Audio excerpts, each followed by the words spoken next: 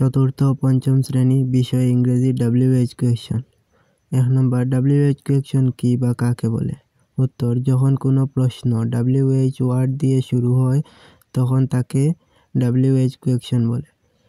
সর্বমোট 9টি WH word রয়েছে, যেমন হু, হুজ, হুম, হুইচ, হুয়েন, তারপর হোয়াই, হোয়ার, হোয়াই, হোয়াট এবং হাউ।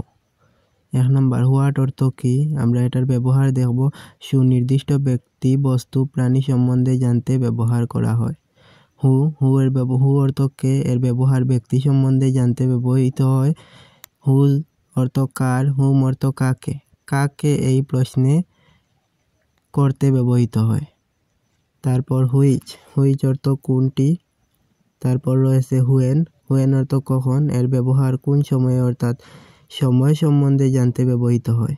তারপর হোয়ার অর্থ কোথায়, স্থান সম্বন্ধে জানতে ব্যবহৃত হয়। তারপর হোয়াই অর্থ কেন, কোন চাইতে ব্যবহৃত হয়। তারপর হাউ অর্থ কেমন, কিভাবে, কত।